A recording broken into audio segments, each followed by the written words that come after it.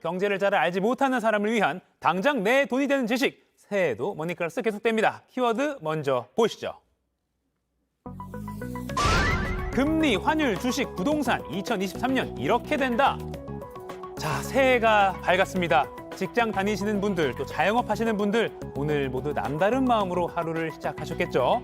하지만 새해부터 쏟아지는 이 불안한 경제 뉴스들을 보면 올해 잘 버틸 수 있을까 하는 걱정이 드는 게 사실입니다.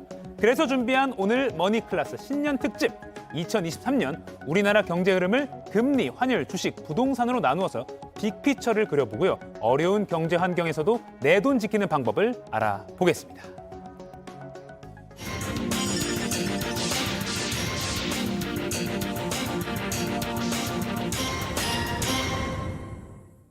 늘 경제 빅픽처를 그려주시는 분입니다. 김광석 한양대 겸임교수와 이야기 나눠보겠습니다. 안녕하세요. 안녕하세요. 새해 복 많이 받으십시오. 네, 새해 복 많이 받으세요. 네, 작년에 우리 경제를 힘들게 또 많이 말씀을 나눴던 그 금리가 참 높았는데요. 네. 올해는 금리 좀 내려갈 수 있을까요? 안타깝지만 금리 인하 어렵겠다. 어렵겠다. 이런 말씀을 먼저 드리겠습니다. 네.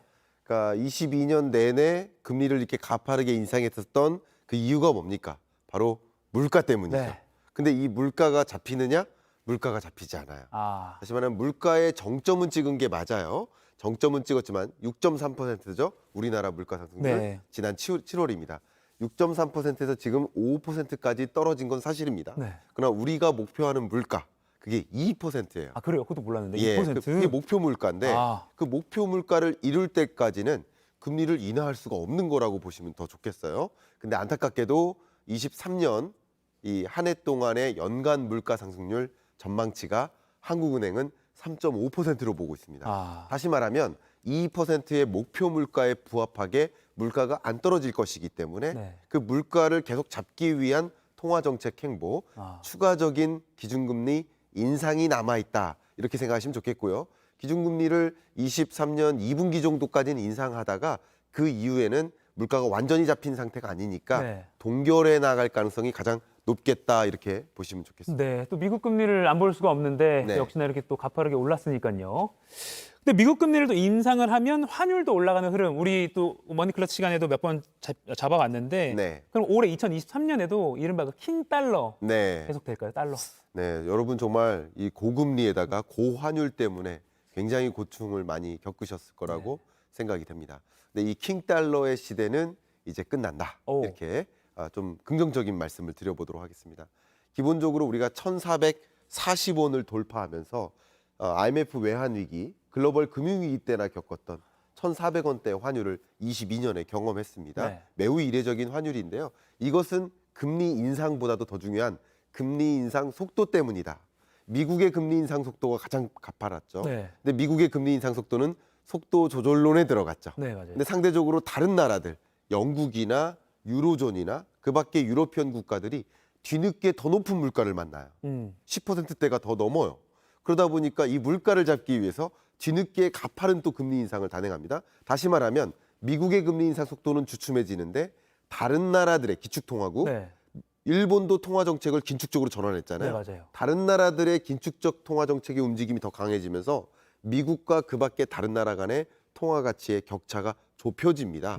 결국 물가 상승률은 잡혔고 그리고 금리 인상 속도 조절도 들어갔고 환율도 정점에 다다랐다. 결국 물가, 금리, 환율 여러 가지 지표가 톱니바퀴처럼 같이 맞물리는 것이다. 이렇게 이해하실 수 있겠죠. 조금 속도가 늦춰질 거다. 그렇습니다. 아니면 좀 꺾일 거다. 그렇죠. 미국은 속도 조절 들어갔으니까 더 이상 강달러가 안 나오는 것이고 상대적으로 다른 나라는 이제 추격전에 들어서니까 미국과 다른 나라 통화 간의 격차가 좁혀질 것이다. 이렇게 생각하시는 게 좋겠습니다. 알겠습니다. 그리고 또 이 금리가 주식 시장에 미치는 영향도 큰데 네. 주식 시장도 전망 한번 해주시죠. 네, 주식시장은 그래도 긍정적인 사인을 좀 드려보도록 하겠습니다. 네. 다만 매우 긍정적이진 않다라고 먼저 답변을 드리겠습니다. 경기가 이렇게 사이클을 그리잖아요. 보통 제로에서 플러스를 향할 때 올라가죠. 올라가는 구간을 우리는 익스펜션, 확장. 그리고 이 정점에서 떨어지는 구간을 둔화라고 합니다. 22년이 둔화했어요. 그 제로에서 이제 마이너스로 향하는 바닥을 향하는 이 구간이 침체죠. 23년은 경기 침체 국면. 그리고 리커버리, 회복 구간을 거치는데요. 안타깝게도 주식시장과 부동산 시장은 이 경기 사이클과 선행하고 후행한다는 것을 기억해야 됩니다. 아, 네네. 다시 말하면 주식시장은 선행하죠. 경기 사이클과도 선행하고요. 금리라는 것과도 선행하니까 네. 금리가 22년, 23년 계속 올라간다고 했고 23년 2분기까지 기준금리의 고점을 형성한다 그러면 네. 주가는 그거보다 선반영된다. 그러니까 22년 10월 정도가 저점이었다. 다만 앞으로는 이 경기가 좋지 못하기 때문에 네. 경기가 계속 반영되는 거예요. 반영되다 보니까 주가도 그렇게 호락호락하게 높지는 않다. 다시 말씀드리면 주가의 저점은 통과했지만 이 주식시장의 흐름 자체가 이렇게 기울기가 높진 않다. 아. 경기는 어떻게 보면 기울기에 가깝다. 이렇게 이해하시면 도움이 될 것 같아요. 그러니까 저점을 찍고 반등을 시도하는 해가 될 거다 정도로 이해하면 될까요? 저점은 통과했지만 네. 그렇다고 해서 박스권을 벗어날 만큼 그렇게 호황이라고 볼 수는 호황이 없겠습니다. 없다. 박스권에 맴돌 가능성이 높기 때문에 여러분 스스로 정의를 해보세요. 나는 지키는 투자자가 네. 나는 좀 공격적 투자자가 아니다. 그렇다 한다면 좀 저축을 좀 더 추천드리고 싶고요. 그래도 나는 공격적으로 투자하고 싶어 하는 의사결정이 있다면 좀 주식 투자도 뭐 저는 말리고 싶지는 않겠다 이렇게 의견을 드립니다. 네, 주식 하지 마세요까지는 아닌 상황. 그렇습니다. 네, 알겠습니다. 하지만 여전히 저축이 가장 좋은 재테크다. 그렇습니다. 알겠습니다. 그럼 부동산 마지막으로 짚어보겠습니다. 네. 아까 주식은 이제 경기 상황을 먼저 반영한다고 했는데 네. 부동산은 거의 같이 가거나 뭐 이렇게 가잖아요. 네. 그러면 경기가 계속 안 좋아질수록 부동산 가격은 계속 떨어질 거라고 전망을 하면 될까요? 그렇습니다. 부동산 시장은 경기에 후행하는 성격이 강해요. 네. 그럼 경기 침체가 이제 시작된다 그러면 집값은 아직 조정의 초입이다.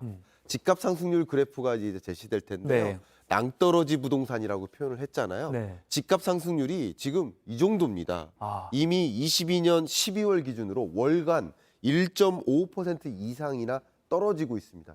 주간 단위로도 전국 평균 아파트 매매 가격이 약 0.5% 마이너스예요. 매주 이렇게 떨어지고 있는 모습이에요. 그런데 금리 아직도 올라갈 일이 남았다고 말씀드렸죠. 그러면 금리가 이렇게 높은 상황에서 매수세가 얼어붙어서 나타나는 현상인데 추가적인 금리 인상이 있다. 그러면 집값은 더 조정될 것이 맞겠다 이렇게 보시면 좋겠고요.